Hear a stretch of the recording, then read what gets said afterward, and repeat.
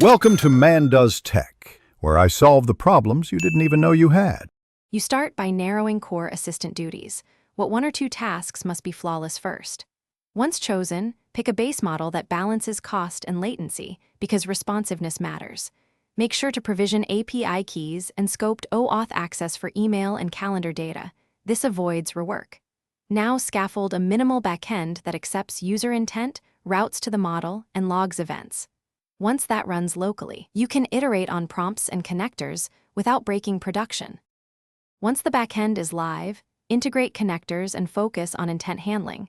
You need robust parsing and slot filling so tasks complete reliably.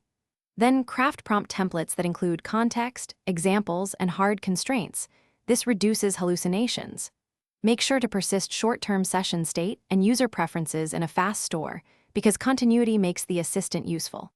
Also add retries, confidence thresholds, and explicit fallbacks. These guardrails keep the system predictable as you deploy incrementally with canary releases and monitor real user interactions to catch early issues.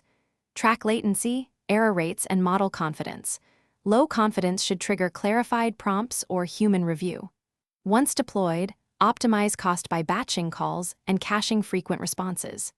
If something breaks, first inspect prompt framing, then API scopes and rate limits, and lastly state persistence for lost context.